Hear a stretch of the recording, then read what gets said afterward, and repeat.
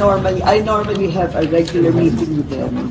So, ngayon, nung nandito sila, syempre, nilabas ko din yung, alam naman natin yung mga nangyayari sa national, So, I brought it up with them na at this point, we support our president because he's our president.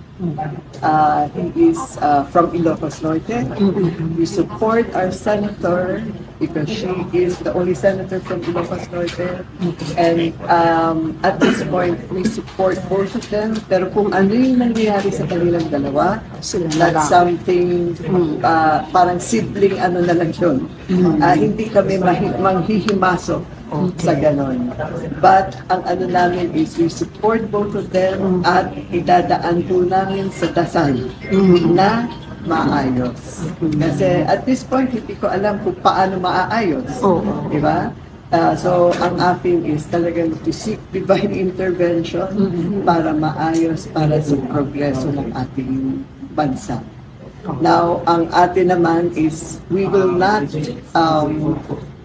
take sides kasi mahirap parang feeling ko may dalawang parents na nag-aaway at kailangan ka mag-choose. But I'm glad na hindi naman kailangan mag-choose, but we just want to tell them that we love them both, we support them both, but we will not also hamper our services to our kakailan. I have already submitted it to PBBM.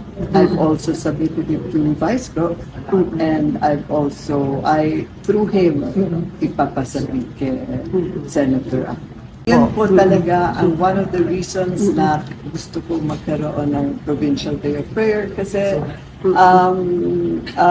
ayaw natin na may ma-disrupt ang unity. Maganda naman ang umpisa at lahat. So sana may mangyari pa. And with God, nothing is impossible. Yes. So yun po ang aking attitude, yun po ang aking belief. At we know when we ask God, He will not deny us.